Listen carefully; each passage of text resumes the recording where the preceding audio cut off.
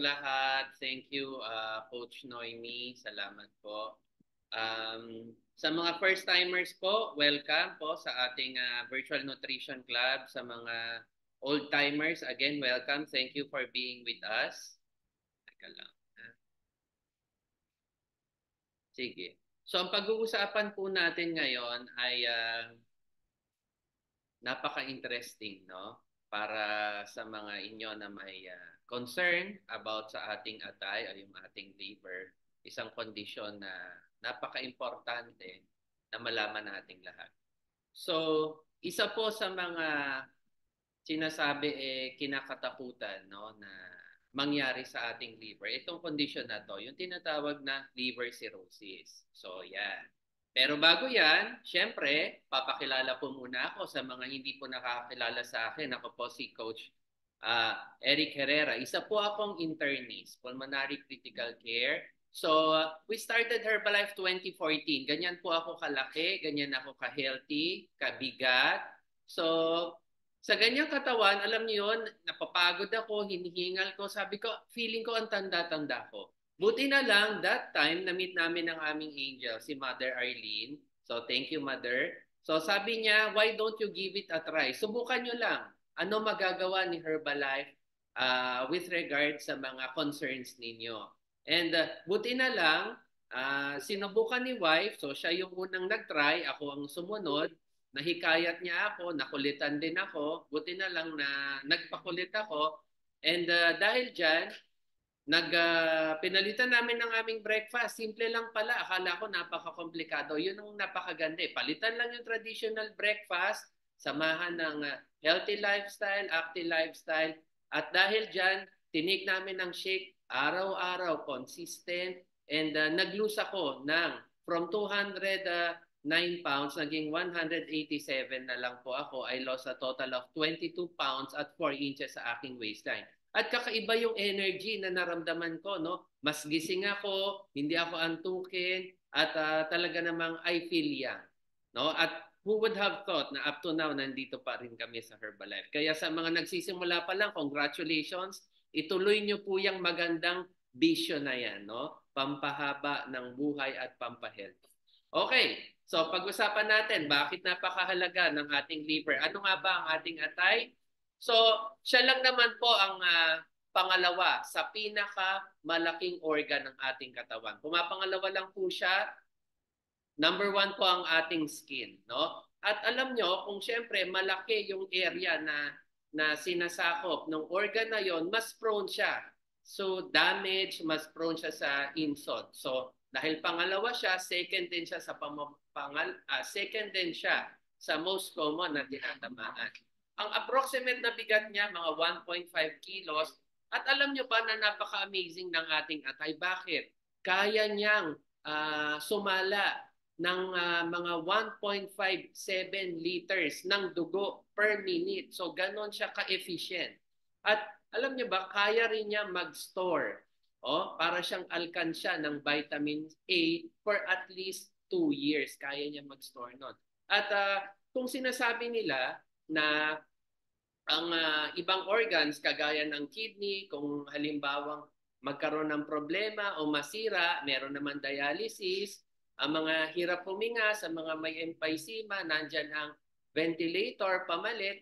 Alam nyo ba na wala pang nakikita o naiimbento na pwedeng kapalit ng ating liver? Kaya nga sinasabi na kapag nasira siya, halos hindi mo siya pwedeng palitan or wala siyang kapantay na makina na gaganap sa kanyang mga tungkulin.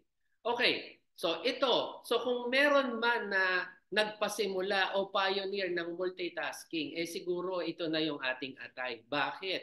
Alam nyo ba na kaya niyang gampanan ang halos 500 plus na function. So ganon karami ang trabaho ng ating liver. At 200 dito sa 500 na ginagawa niya o obligasyon niyang gawin, 200 dito ay ginagawa niya ng sabay-sabay. O di ba napaka-amazing? So kung tayo tatlo lang, sabay-sabay kayang ginagawa, ang ating atay 200.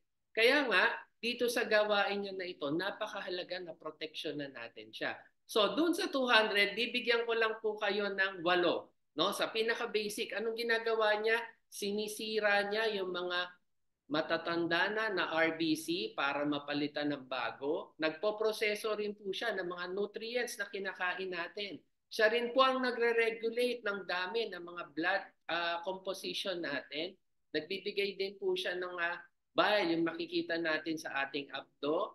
Nililinis din po niya ang ating dugo. Ano pa doon kung napapainom tayo ng alak at umiinom tayo ng gamot, yung mga ibang gamot po ay sa liver po dumadaan para siya mas kapaki-pakinabang. At yun nga po, meron din po siyang kapasidad na gumawa ng proteins at cholesterol sa akin o sa atin. O di ba napaka-amazing?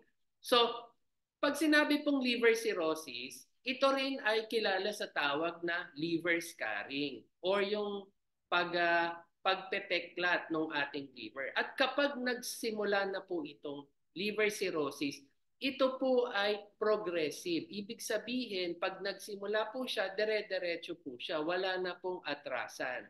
Ito na yon, kumbaga. So bakit nagkakaroon na from a healthy liver, nagiging cirrhotic liver? So makikita nyo, so napakapangit ng itsura. No? So ito lang ang ilan sa mga pinaka-common na dahilan. Number one, so kung yung mga tao na mahilig uminom ng alak, no? Yan po ay isang risk factor para magkaroon ng liver cirrhosis. Ano pa?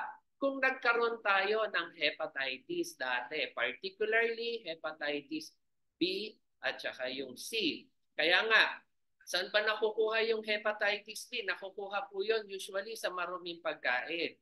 Kaya nga, imbis na bibili tayo ng mga pagkain doon sa mga tusok-tusok, sa mga tabi-tabi, or yung mga hindi natin alam, yung quality or yung kalinisan ng area na yon, doon na lang tayo sa shake natin. Mas safe pa tayo sa hepatitis, no? So doon, mura nga, mapapamura ka rin kapag nagkasakit ka, di ba? So ano pa, meron din tinatawag na autoimmune hepatitis. So ito po, yung sarili nating immune system, ang nagiging dahilan kung bakit patuloy na namamaga yung ating liver. At syempre, common din na pwedeng makibigay ng cirrhosis, yung tinatawag na parasite infection. Ito po ay galing sa parasite na kung tawagin, particularly meron tayo dito yung schistosoma or yung schistosomiasis na tinatawag. O ako, meron na po ako mga pasyente na may ganyan na nasisira yung liver nila. Okay. So, may mga stages po yan. Hindi from healthy, the following week, pangit agad. So, nagsisimula yan sa pagiging healthy liver. So, lahat tayo pinanganak, healthy liver. Ngayon, through time, dahil tayo ay napapakain ng unhealthy or nagiging unhealthy ang ating lifestyle, napapakain tayo ng maraming mantika, no? Kain taba, tapon yung laman. So, yun yung problema. Nagkakaroon tayo ng fatty liver na tinatawag or malakas tayo uminom. So, pag nag-develop na po ang fatty liver stage, yung mga taba po ay nagde-deposit na po doon sa ating liver at ang nangyayari, nagsisimula na pong mamaga yung ating atay, no?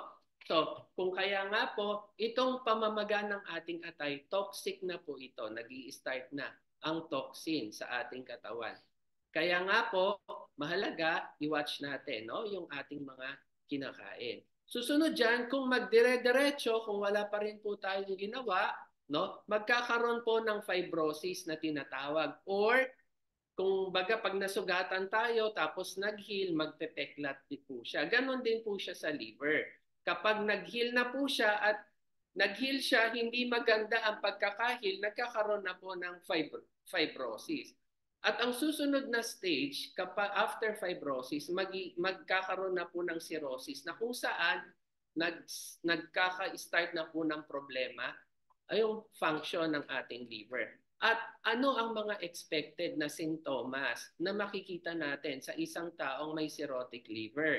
Yung mga problema sa mga nabanggit na function natin kanina. So nagkakaroon problema po siya sa bleeding, may mga pagdudugo po siya na nararamdaman, nagkakaroon po siya ng panlalaki ng tiyan, nagkakaroon din po siya ng mga anong tawag dito, yung mga problema sa dugo. So yun po. So lahat po ng function ng liver, mararamdaman niya po yun sa symptoms niya. At eventually, alam niyo ba, particularly, ito ang kinakatakutan natin, yung pagkakaroon ng liver CA. No? Dahil sa liver CA talaga naman, ang pasyente ay napapadali. No? Kaya nga po, anong iwasan? From HEPA B, iwasan natin HEPA B, iwasan natin kumain kung saan-saan, only quality, clean foods, magpabakuna kung kailangan para maiwasan ang cirrhosis. Kung unhealthy, kung malakas tayo uminom no, ng alak, imbis na alak, ang inumin nyo, alo. No? Healthy na kayo, gaganda pa no, ang inyong katawan, hindi pa kayo magkakaroon ng problema. Shake din nandyan. No? So, ayan. So, ayaw natin magkaroon ng problema sa liver dahil we will really regret it kung sakali. So, hindi natin pag-uusapan dito ano ang gamot. Ang pag-uusapan natin, paano natin maiiwasan. No? Kaya tayo nandito nakikinig. Prevention. Kasi ako naniniwala, prevention is better than cure. So, number one, we should always have a balanced diet. Less fatty foods, no? And more fiber. Bakit po? Habang tumataas ang konsumo ng ating cholesterol, taba, no, na kinakain natin, alak na iniinom natin, tumataas ang taba, content ng taba sa ating dugo. At pag nangyayari po yan, lahat ng kinakain natin, dadaan po yan sa liver, ipoproseso po yan ng liver. So, kung mayat maya, kain tayo ng kain ng unhealthy, no? Fatty foods, mayat maya din ang daan, ang deposit ng cholesterol sa ating liver. At nakita nyo dyan, ang itsura ng isang may fatty liver, no? Hindi siya maganda. Tingin pa lang, no? Hindi na siya maganda. What more? Yung physiology o yung proseso na nangyayari sa loob. So, napaka-abnormal po yan. Number two, kung kayo po ay nagpatungtong kayo sa timbangan at biglang, oops, o OMG ang lumabas, no? Or biglang nag-alarm, lose weight now. Now is the time, no? Na maging ideal weight tayo. Bakit? Alam nyo ba, obesity is a major risk factor sa pagkakaroon ng fatty liver disease. Preventable? O naman, no? Disiplina lang ang kailangan natin. Kailangan natin ng free will na I should be on my ideal weight para natin maiwasan ito. So sa atin pa lang may nagawa na tayo on our end para maiwasan itong sakit na to. Next, kailangan din natin regular exercise and active lifestyle. Sinasabi natin, kailangan natin gawin yung 20%. 80% nasa pagkain. 20% nasa exercise. Ano bang benefits nito? Number one, syempre sinusunog natin yung taba, no? Na kinain natin. Meron ba ditong perfect na pagkain? Wala po. Wala pong perfectong pagkain. Wala pong perfect life. Lahat po yan may mga imperfections. Nakakakain tayo once in a while. Konti. Kahit gano'n natin itry magpaka-healthy, meron at meron tayong nakakain na hindi dapat. So, samahan natin ng exercise to improve fat metabolism. Ano pa? Gaganda yung pakiramdam natin. Siyempre, gaganda din yung timbang natin, mag-i-improve din. And siyempre, nalulusaw yung mga maliliit na fat deposits na nandun sa atin. Ayaw na natin siya madagdagan eh, di po ba? Okay, so ano pa? I-limit natin sa mga kakilala ko po dyan, kaibigan na mahilig uminom ng alak, no? Only drink in moderation. Huwag yung inom na taob yung pichel, no?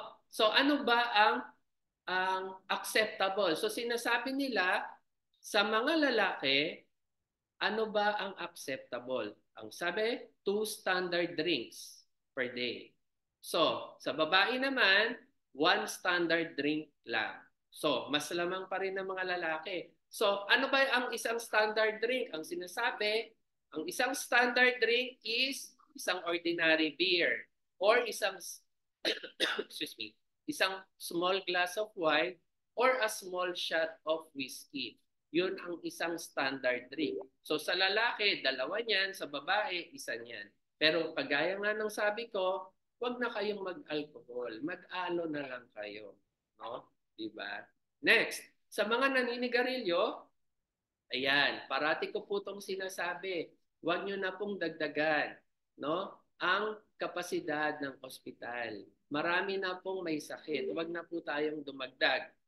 Ang sigarilyo, hindi lang po siya nakakasama sa ating liver, kundi nakakasama po siya sa ibang parte ng ating organ, kagaya ng baga, no? Sa dugo, sa artery. So wala pong magandang naidudulot ang paninigarilyo. Even yung vaping, hindi ko lang po nalagay kasi sinasabi nila hindi na po ako naninigarilyo, nagve-vape na lang po ako. Alam niyo po ba, ang vape po, 'di ba? Ginagamit po doon ay liquid. Ang isang patak po doon ng vape, yung liquid, katumbas po yon ng 15 stick ng sigarilyo. So, mas matindi pa po, di po ba? Kaya, wag natin na vape na lang, hindi na ako nag-iossi. Actually, mas matindi pa po yon. So, anong maganda? Ang marirecommend ko, wala na lang. No? So, ayan. Imbis na manigarilyo, bilan nyo na lang ng Herbalife Line, no? Para sa pamamaga ng ating mga yung inflammation na tinatawag ng ating liver.